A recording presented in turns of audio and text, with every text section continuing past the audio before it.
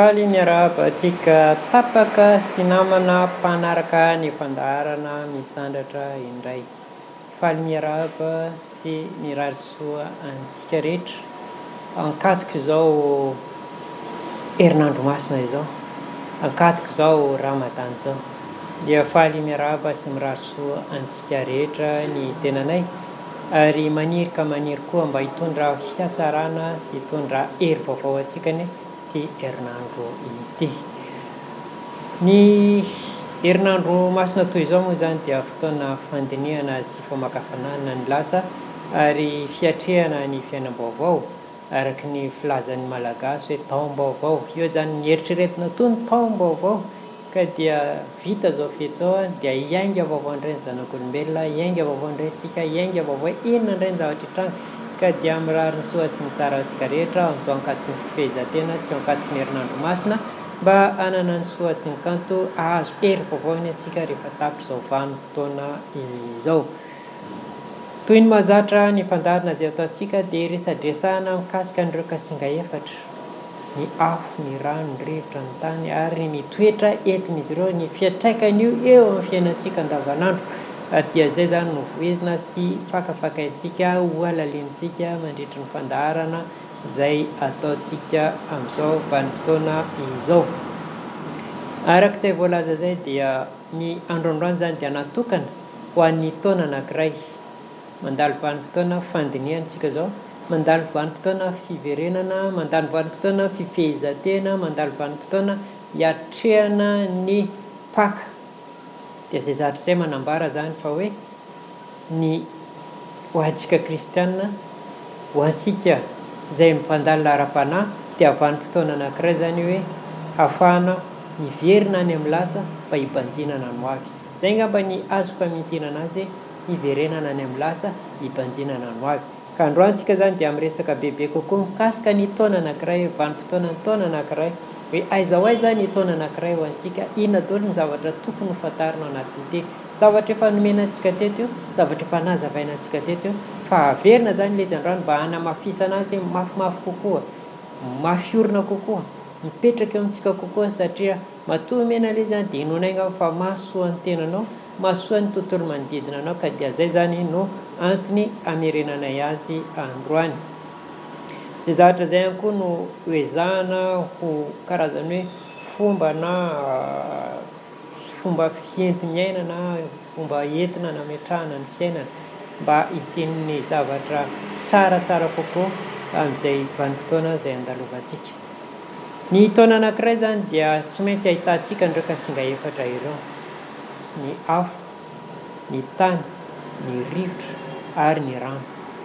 Zany hoe mandritra ny taona anankiray zany dia misy vanim-potoana lehibe sy misy vanim-potoana madinika izay iainantsika an'ireo toetra efatra ireo. Misy toetra zany izay iainantsika ny afo fotsiny, vanim-potoana anankiray. Misy fotoana zany iainantsika ny tany fotsiny, hoe ny tontolo manodidina antsika zany dia mivohy sy maneho an'izay resaka tany zany. Misy vanim-potoana dia resaka rivotra fotsiny, misy vanim-potoana dia resaka rano fotsiny. Ao anatin'ny vanim-potoana io dia zavatra endrika natoraly ny isehon'izany ary voizina satria iainany zanak'olombelona io. Raisina ohatra amin'izay zao ny ririnina, betsaka ny aretina mety hitranga amin'izay zavatra zay, ny tongokohaka, ny aretinify, ny havizanana, dia dikan'izay fahasalamana mibahan-toerana anatiny io. Na ny vanim-potoana lohataona ihany koa betsaka ny voankazo, betsaka ny aretin-kibo, betsaka ny tazo, dia vohy ihany koa ny resaka izay resaka fahasalamana zay. Dia toy izay zany no anambarako an'ilay hoe ao anatin'ny vanim-potoana anankiray zany dia misy endrika efatra izay mitsinjaro ao anatiny ao. Misy koa ilay endrika madinika ahitana azy, zany hoe avy mandalo ny toetra anankiray tsika dia mivadika amin'ny toetra anankiray. Endrika roa zay zany nisehoan'ny zavatra izay ambarako amintsika androany. Raha raisina zay zavatra zay zany dia ao anatin'ny taona anankiray dia misy vanim-potoana ny resaka afo, zany hoe resaka asa io, resaka fomba fiteny io, fomba fihetsika io, fomba fifandraisana amin'olona. Misy vanim-potoana ny rivotra izay resaka fianarana, resaka fifandraisana, resaka fahalalana, resaka varotra, resaka fifandraisana. Misy vanim-potoana ny rano izay araka ny nahazaiko teo hoe ny resaka sentiment, resaka finoana, resaka fahasalamana, resaka tokantrano. Misy vanim-potoana ny tany izay fanangonana sy fitsitsiana ary fikolokoloana ny eo an-tanantsika. Izay zany eo anatin'ny taona anankiray dia ahitsahantsika an'ireo vanim-potoana rehetra ireo. Raha miaina tsotra isika dia mandeha ho azy izay zavatra izay, tsy hita akory fa tonga dia misosa ho azy. Tsy manana fotoana akory tsika andinihana hoe inona moa ny zavatra andalovako izao. Dia izay zavatra izay zany no tiana hitsipihana kely androany tsara tsika zany dia mahafantatra hoe vanim-potoana inona moa ny ataoko. Eo anatin'ilay asa ve za? Sa ao anatin'ilay fikolokoloana ve za? Sa ao anatin'ny fifampizarana ve za? Sa ao anatin'ilay resaka fahasalamana sa amin'ny resaka finoana? Izay zavatra izay zany dia goavana be amintsika rehefa fantatritsika hoe izao no vanim-potoana andalovako amin'ny fiainako amin'izao fotoana izao. Inona ny fihetsika tokony ho ataoko mandritra izay vanim-potoana izay? Inona ny zavatra tokony ho raisiko? Inona ny zavatra tokony ho ataoko? Inona ny zavatra tokony homeko mandritra ny vanim-potoana anankiray? Ny mahatonga antsika miresaka an'izay dia anatin'ny vanim-potoana ny Paka antsika zany izao. Izay vanim-potoana anankiray hita avy hatrany fa hoe vanim-potoana ahara-panahy. Vanim-potoana famaranana, vanim-potoana lava be anankiray. Vanim-potoana anehoana ny resaka fandiniana. Fandiniana ny lasa, fandiniana ny tena, fandiniana ny zavatra izay mbola ho avy. Dia izay zavatra izay zany no tsy maintsy mitranga rehefa isaky ny vanim-potoana ny Paka. Andinihantsika zany hoe inona ny zavatra nisy ao anatin'ny 70 andro fifehezan-tena. Fifehezan-tena midika zany fa hoe mifehy ny vatana, ny fo, ny saina ary ny fanahintsika. Izay midika hoe fifehezan-tena. 70 andro fiomanana hidirana amin'ny Paka. Dia izay vanim-potoana izay andinihantsika ny lasantsika rehetra. Ohatrohatranina ny resa-bola, resaka asa, resaka fitiavana, resaka tokantrano, resaka fianakaviana, resaka zaza, resaka fianarana izay fahalalana, fanitarana fahalalana. Io raha io dia tsy dia dinihantsika loatra anatin'ny fiainantsika fa faly fotsiny tsika amin'ilay resaka ara-panahy sy ny resaka materialy. Fa misy vanim-potoana atokantsika ho an'izay resaka fahalalana izay. Ao anatin'io 70 andro fifehezan-tena io zany dia tokony handinika ihany koa tsika hoe vanim-potoana ny rivotra izao andinihana, vanim-potoana ny rano izao ivavahana. Vanim-potoana roa zany tokony ho hitantsika anatin'io. Dia izay zavatra izay zany no resahana eto hoe misy vanim-potoana ampimetrahana ny resaka fahalalana, resaka fikarohana, resaka fianarana, resaka fakana experience. Ao anatin'ny 70 andro iny andinihantsika izay. Dia eo ihany koa ilay resaka fitenenako hoe fikolokoloana, fitazonana, fanatsarana. Io zany dia zavatra anankiray tsy dia misy eo amin'ny fiainantsika ihany koa. Izany hoe ny tena lehibe amintsika zany dia ny sosialy, ny ara-panahy, dia ny fanangonana. Manangona hatranintsika ary indraindray adinitsika ilay mikolokolo sy mitandrina izay zavatra atanantsika. Ka ao anatin'izay vanim-potoana izay dia dinihana ihany koa hoe oviana ny vanim-potoana nandinihana sy ny kolokoloana ary nanatsarana izay eo an-tanantsika. Manangona foana fa ilay an-tanana ary votsitra indraindray dia mbola manangona ihany. Kolokoloana aloha ilay efa misy eo an-tanana eo. Dia izay zavatra izay zany no tsara dinihana mandritra ny vanim-potoana fifehezana, vanim-potoana ny karena, vanim-potoana ny fandinihana ny tsara sy ny ratsy rehetra amintsika alohan'ny hidirana amin'ny Paka. Ny Paka zany dia eritreretina hoe vanim-potoana anankiray fiatombohan'ny taona hoy, fiatombohan'ny vanim-potoana ary hidirana fiainam-baovao indray mandra-pahatonga ny Paka amin'ny taona ho avy. Vanim-potoana ny afo iaho voalohany indrindra, eo zany dia raisitsika amin'ilay vanim-potoana tena hiasantsika, tena andinihantsika ny aintsika ray manontolo, hanaovana ny mety sy ny tsara rehetra. Iny zany dia mandritra ny vanim-potoana hiasantsika. Eo zany tsika dia tena mandinika hoe inona ny nety, inona ny tsy nety, ahoana ny tokony atao. Raha raisitsika ao anatin'ny taona anankiray zany dia manomboka volana Janoary ka hatramin'ny volana Marsa. Dia miditra amin'ny fiomanana antsika eo Marsa sy Avrila indray. Dia ny Mai ka hatramin'ny Juin ihany koa dia miditra amin'ny vanim-potoana ny afo ihany koa tsika zany hoe asa sy fifaneraserana. Asa sy fametrahana ny aina mba hamokatra amin'ny vokatra. Dia miaina indray izay ao amin'ny volana Jona dia amin'ny volana septambra ka hatramin'ny desambra iray dia mifansy ihany koa mandeha mafysika mba hanankony. Zay zany raha jerentsika ny vanim-potoanan'ny afo, na vanim-potoanan'ny hetsika, vanim-potoanan'ny asa, vanim-potoanan'ny fangalana, fametrahana. Zay zany noraisina eo amin'ny vanim-potoanan'ny afo. Vanim-potoanan'ny rivotra dia somary tsy misongadina eo amintsika ihany. Zany hoe vanim-potoana andinihana, hianarana, hanovozana ny tokony hisy. Eo zany dia misy zavatra tokony hapetrakantsika amin'ny fiainantsika mba ahafahana mametraka an'izay vanim-potoana izay hidirana amin'izay rivotra zay. Fifandraisana hoy isika ny rivotra, iny zany efa iainantsika isan'andro mifandray amin'ny tontolo iainantsika. Faharoa manarakaraka an'izay, fifandraisana dia fanovozana ny fahalalana, fanatsarana ny traikefa. Mila dinihantsika lalandava izay vanim-potoana izay hoe ny efa azo ty ahoana ny hanatsarantsika azy. Eo amin'ny lafiny ara-pinoana, eo amin'ny lafiny ara-tsaina, lafiny ara-batana, lafiny amin'ny asa, lafiny amin'ny vola, lafiny amin'ny fiarahamonina. Ahoana ny fomba hanatsarana azy. Misy vanim-potoana maromaro zany ahafahantsika mahita an'io anatin'ny taona anankiray. Dia ny vanim-potoana Noely izay fetim-pianakaviana dia vanim-potoana fifaneraserany fianakaviana. Raha eto Tomasiny dia manomboka any amin'ny fête de mort, any amin'ny 1er novembre dia mihitatra hatraty amin'ny volana janoary. Eo zany dia vanim-potoana tokony ahitantsika ny resaka fiarahamonina, aiza ho aiza ny fianakaviana, aiza ho aiza ny resaka fiarahamonina, aiza ho aiza ny resaka fahalalana, ny resaka kolontsaina. Satria ao anatin'ny vanim-potoana iny zany no resahana ny resaka kolontsaina, iresahana ny fifandraisan'ny fianakaviana, ny resahana ny fifaneraserany fiarahamonina. Vanim-potoana faharoa dia vanim-potoana mipaka, izay vanim-potoana fifehezantena ahafahantsika mandinika ny fomba fiainantsika. Vanim-potoana fahatelo dia mandritra ny fialan-tsasatra. Eo zany dia misy ny fialan-tsasatra ny mpianatra ary misy ny atao congé ho an'ny olona izay miasa. Reny vanim-potoana ireny zany dia vanim-potoana izay tokony hametrahantsika hibanjinana ny ankehitriny eo amin'ny saina, ny zavatra voangontsika, ny zavatra tokony ho angontsika, ahoana ny hanatsarana izay misy eo an-tanana, ahoana ny fomba ahafahana manatanteraka azy. Mandritra ny herinandro ihany koa dia misy ihany koa ny vanim-potoana izay natokana ho azy dia ny sabotsy sy ny lahady. Anatin'ny sabotsy sy ny lahady zany dia mipetraka tsara ny vanim-potoana tokony handinihantsika ny tenantsika, ahafahana manatsara sy mikolokolo ny ao an-trano ary ahafahana manatsara ihany koa ny tontolo manodidina antsika.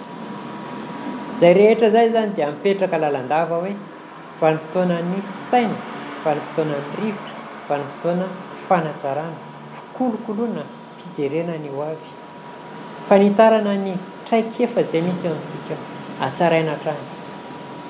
Dia zay zany ny vanim-potoanan'ny rivotra ao anatin'ny taona anankiray. Misy ihany koa ao vanim-potoanan'ny tany izay misy fifandraisany amin'ny rivotra fa saingy mahasamy hafa azy dia ny tany dia manangona ary mikolokolo avy hatrany. Ary amin'ny saina dia fandinihana ny vanim-potoana hanatanterahana azy. Fa ao anatin'ny tany dia vanim-potoana tonga dia miatra avy hatrany, tonga dia miasa avy hatrany, mikolokolo avy hatrany, miaro avy hatrany, manangona avy hatrany. Io zany dia tsisy vanim-potoana tena voamarika fa manomboka ny volana janoary ka hatramin'ny volana desambra dia manangona foana isika. Zay zany anankiray voalohany, miaro lalandava isika. Izay zavatra misy eo zany dia arovana mba tsy ho simba, arovana mba tsy ho very, arovana mba tsy ho lasan'ny olona. Izay rehetra zay zany. Mandritra ny taona ihany koa isika dia manatsara lalandavan'izay misy eo satria zay ny toetra raha nandinika ny tantsika dia zay zany ilay toetra hitantsika eo amin'ny resaka tany. Ary ny farany moa zany dia ny resaka nambaraka teo, ny resaka rano. Dia ny rano zany dia resaka fianakaviana, resaka finoana, resaka fahasalamana. Ny fahasalamana zany dia tsy mba miasa alohan'ny fahasalamantsika raha tsy efa marary. Tsy mandinika ny resaka fahasalamana raha tsy efa reraka. Fa io zany dia tokony misy vanim-potoana ihany koa tsika mijery lalandava ny fahasalamantsika. Hoe aiza ho aiza ny hitondrako ny fahasalamana, ahoana ny fomba hitondrako ny fahasalamana. Salama zao tokony efa mitsinjo ny hoe rehefa marary inona ny tokony hisy.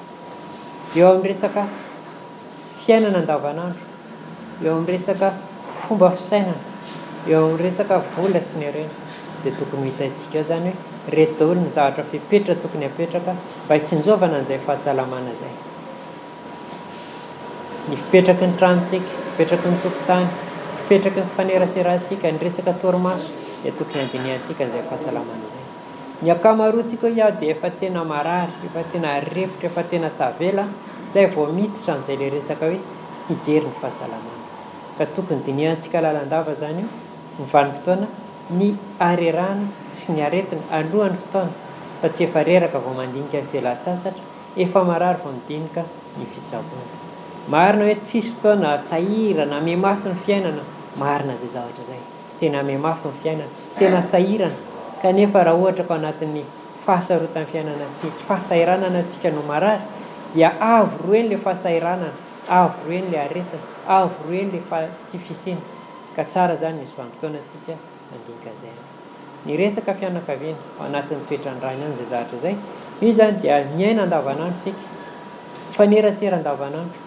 Ahoana ny fomba ahafahantsika manatsara azy, ahoana ny fomba hanendrehana azy, ahoana ny fomba ahafahana tany amin'ny resaka rivotritsika efa nisy fotoana hoe fitaizana ny zanaka atsika, aiza ho aiza ny fomba ahafahantsika mitaiza azy mba ho mendrika.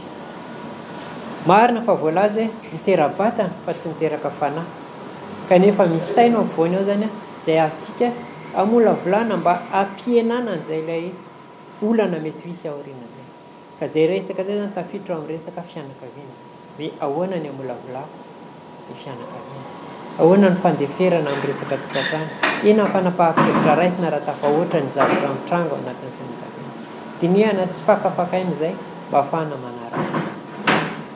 Ny resaka ara-panahy, ny resaka ara-panahy zany dia mipetraka tsara hoe ny vanim-potoana ny Noely, ny vanim-potoana ny Paka dia anisan'ny sehatra goavana ahafahana mametraka an'izay le resaka ara-panahy izay.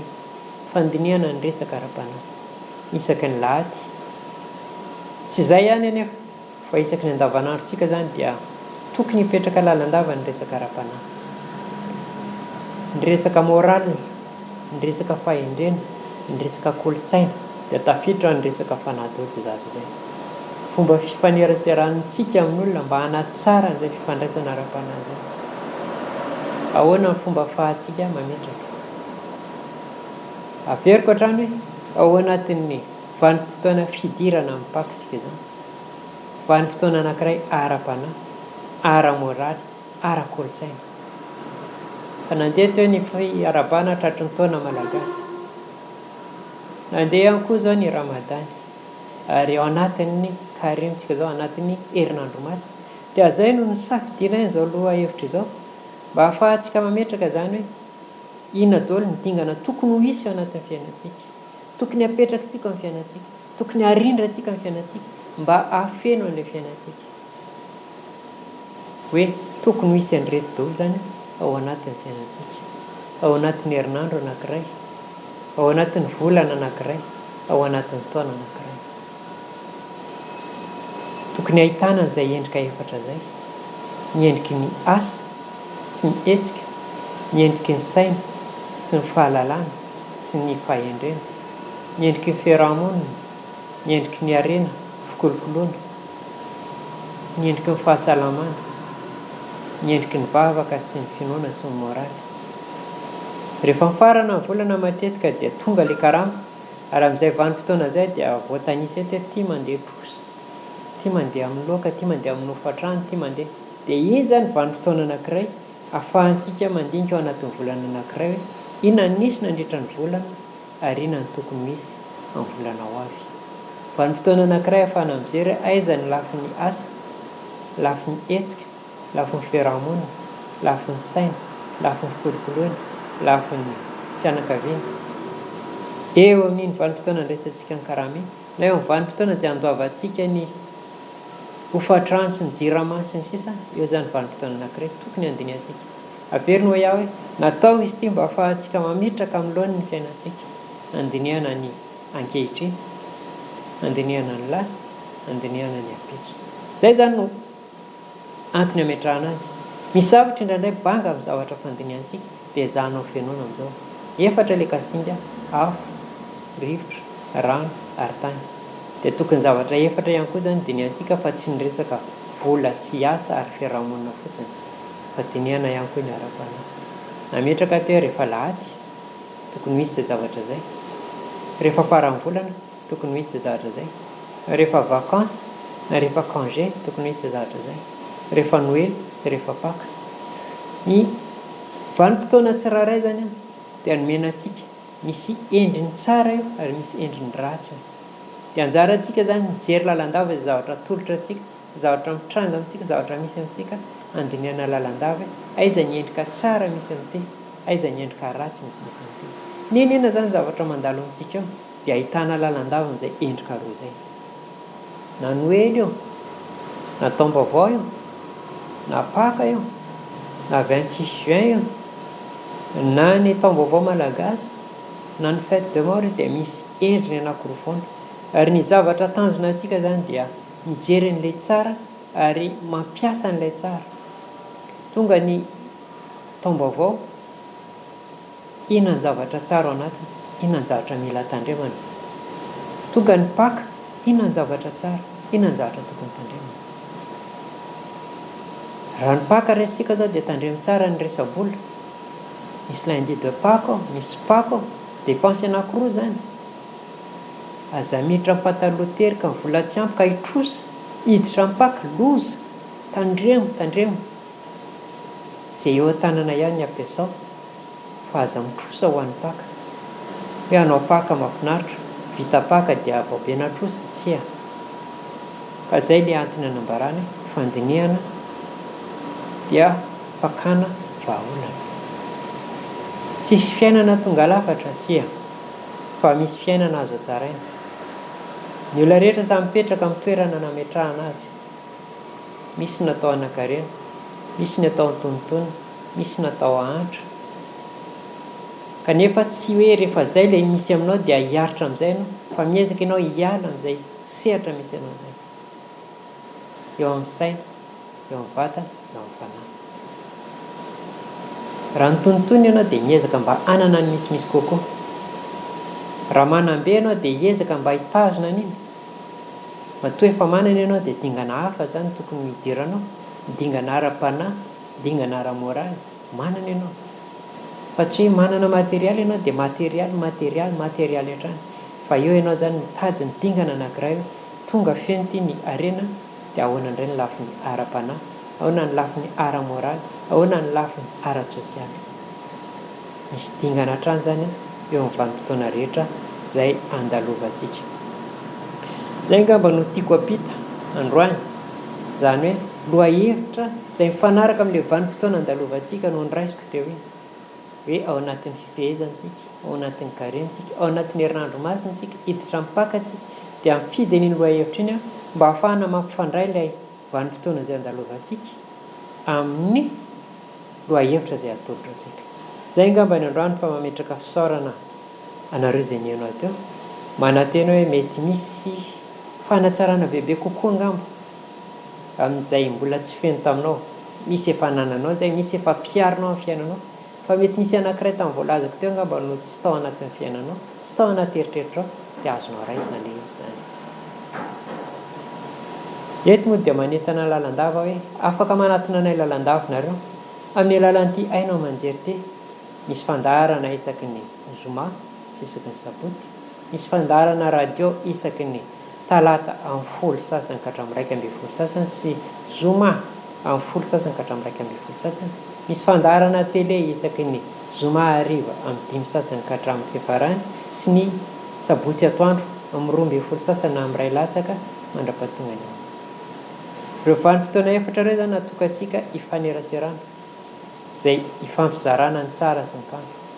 Mandray lalandava ilay sosi-kevitra avy aminareo zay, mandray lalandava ilay olana misy aminareo kezahantsika vahany eto anatin'ny eto.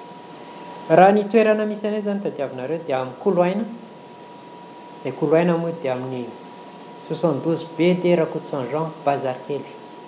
Laharan-taribia dia efa hitantsika eo amin'ny fandaharanao, afaka miantso nareo. Facebook dia efa natokanay fiaraha-miasa amin'ny Sera Studio, miditra amin'ny Sera Studio nareo dia afaka mifandray aminay ao anatiny misy pejy efa natokana ho an'ny feu terre ho na afo rivotra rano ary tany izay ahafahantsika mifanakalo hevitra sy mifandray koa. Misy etaitaponareo dia azonareo atao ny manoratra amin'izay sera studio zay na ao amin'ny pejy feu terre ho. Raha ny koloaina moa ny resahana dia misy sehatra maromaro anatiny ao. Misy ny sehatra varotra izay ahitanareo an'ireo akora natoraly na hoe produit naturel kasika ny vatana fanampin-tsakafo, kasika ny hatsaran-tarehy, kasika ny volo, kasika ny vatana amin'ny ankapobeny. Misy ihany koa ao anatiny ao ny resaka massage na ny amin'ny faladia zany amin'ny vatana, reradreraka na la stress dia mitongava, na hoe misy zavatra mavesatra vavony aty sy ny sisa dia azo atao ilay manotra tongotra sy misy fanampin-tsakafo ampiarahana aminy dia zay zany izy azo ampiana nareo amin'izay lafin'izay. Misy ihany koa eo amin'ny lafiny kultoraly zany hoe arak'ilay fifampizarana nataontsika ny kasinga efatra dia manoro ilay toetra tsara sy ratsy, manoro ilay vanim-potoana, manoro ilay sehatra rehetra misy amintsika. Ka raha misy vesatra amin'ny sehatra zany dia afaka manatona nareo dia afaka manoro izay hoe tia ilay vesatra eo aminareo dia izao ny vahaolana mifanaraka amin'izay. Betsaka ny efa nandalo ary tsy mahasakana nareo ho avy ihany koa izay. Betsaka ny mbola manontany sy maka hevitra ary betsaka ny efa manaraka an'ilay torohevitra ahitana vokatra izay zavatra izay. Afaka manampy ianareo izay amin'ny olana madinidinika. Raha goavana be izy dia misy sehatra hafa indray no toronareo mandana amin'ny sehatra ohatran'izao fa tsy aty aminay aty ny sehatra momba an'izay fa manoro hevitra izay zany amin'izay lafin'izay. Fa miresaka an'izay koloaina sy ny sehatra hita ao anatin'izay tsika ny fandarana radio, ny fifampizarana isaky ny sabotsy amin'ny 10 ka hatramin'ny 12, ny varotra, ny fitezam-batana, ny fifanankalozan-kevitra dia efa napetraka amintsika izay. Fa amin'ny herinandro ho avy io le 11 ka hatramin'ny le 13 dia misy fiofanana mikasika ny kasinga efatra. Averiko tsara amin'ny herinandro ho avy manomboka le 11 ka hatramin'ny le 13 avril dia misy fiofanana mikasika ny kasinga efatra. Ahitana ny toetra hoe ohatran'ina ny toetranao raha afo ianao, ina ny antsipiriany amin'ny toetra satria raha araka ny fahitany zaraina teto dia misy toetra 12, zany hoe toetra efatra voalohany dia ny afo, rano, rivotra ary tany, dia misy ireo varianty na ireo karazany. Afo zao dia misy afo pitarika, afo mikolokolo ary afo manovo, dia ny tany ihany koa misy an'izay dia zay mahatonga ilay toetra 12. Io zany dia raisina tsirairay ilay toetra ireo. Misy fotoana efa nentintsika tety amin'ilay izy fa io zany tena vanim-potoana hanazavana an'izay hoe raha ohatra ka afo pitarika ianao ohatran'ina ilay toetra, ina ny vahaolana, ina ny toetra tsara, toetra ratsy, ina ny zavatra tranga misy aminao. Raha nentina teto zao dia rehefa ohatra ka afo pitarika ianao dia isaky ny 2 taona sy tapany dia misy tranga foana.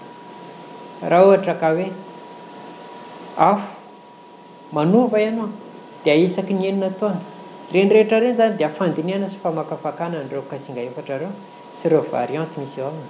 Dia zay zany no hifampizarana sy zaraina amintsika. Resaka toetra, resaka asa, ohatran'ina ny asa metimety aminao satria izao ny toetranao dia ina ny asa mifanaraka amin'iny. Ny resaka vola, fa manina ny afo mandany vola be, manina ny tany no tsy mandany vola, manina ny afo no mahita lalana be da be, manina ny tany ela vao mahita. Dia amin'anatin'ny herinandro io zany tsika no mizarazara an'izay sy manoro an'izay. Ny resaka fitiavana sy ny tokantrano, misy ireo rava tokantrano matetika miova olon-tiana matetika. Avy amin'inona mahatonga an'izay? Avy amin'ny toetranao ve? Avy amin'ny fiarahamonina misy anao ve?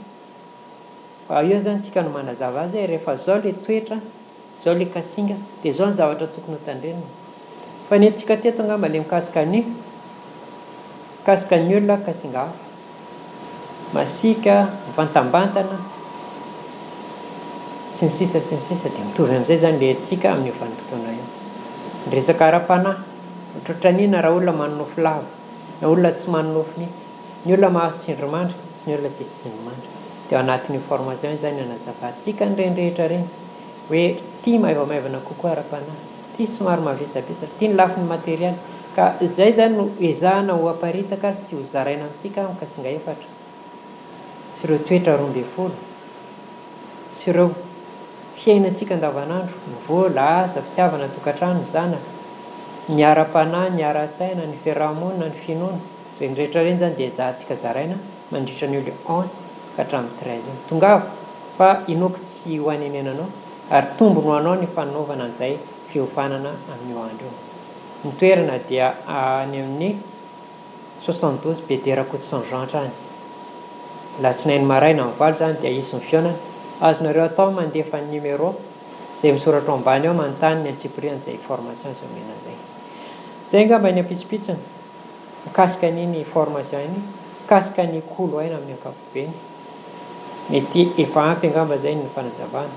Azontsika atao miditra amin'ny Facebook zany mba ahitana ny antsipirian'izay tsy voalaza teto nefa tsy nidirantsika lalina androany dia azonareo atao miditra amin'ny Facebook na amin'ny Ser Studio iaho na amin'ny page Feu Terreur ao. Azonareo idiranao dia ao zany nareo mahita ny antsipirian'izay voalaza. Eto zay dia mametraka fisaorana ho an'ny Sisel radio télé izay mampiatrano sy mamela antsika melabelatra an'izao fandarana zao. Tombony lehibe. Fisaorana ihany koa ny Ser Studio izay manampy betsaka amin'ny lafiny teknika. Raha tsisy ny Ser Studio tsy afaka ny valampatra sy tsy afaka namoaka an'izao hevitra zao zay. Fa misy ny fitantanana sy fikolokoloana ary fandrindrana ahafahana miara-miasa amin'ny zareo anatin'ny Ser Studio. Fisaorana ihany koa ny namana rehetra ao anatin'ny koloaina izay manao ny ainy tsy ho zavatra mba ampirindra sy ampandroso ny koloaina mba hisian'ny tombony ho an'ny tsirairay. Ary farany ho antsika mpieny sy mpanaraka ny fandarana dia matombo ilay entsika androany dia noho ianareo. Raha ohatra ka tsy nanaraka nareo na tsy nankafy na tsy nijery dia mety efa foana angamba zao fandarana zao. Fa matombo ilay eto iaho dia misy nareo le mpakafy sy mpandalina an'izao fandarana zao ka dia hisaorana be da be nareo. Zay angamba ny azo atolotra androany. Mirary paka sambatra ho anareo. Enganeka fiainam-baovao no iainanareo aorianan'io paka io araka ny efa voalaza teo hoe vanim-potoana anankiray famaranana ny karemy mandra-pahatonga amin'ny paka. Miara-maty amin'ny Kristy zany ny olana rehetra.